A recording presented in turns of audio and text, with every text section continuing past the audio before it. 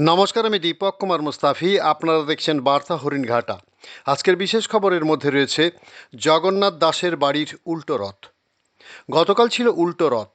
রথ উৎসবের দিন হরিণঘাটা এলাকাবাসীর উন্মাদনার শেষ নেই। উল্লেখ করা যায়, হরিণঘাটা পেয়ারতলার মোদক বাড়ির স্বর্গীয় ননীগোপাল মোদক এই রথ উৎসবের আয়োজন করে আসতেন।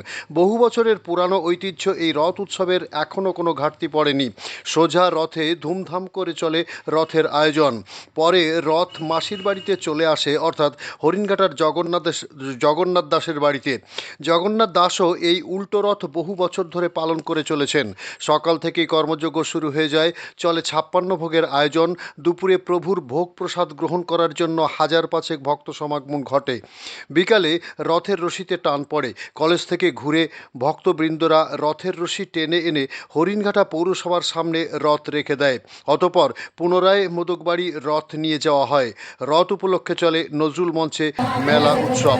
রিপোর্ট দীপক মুস্তাফি ও গৌর ঘোষ।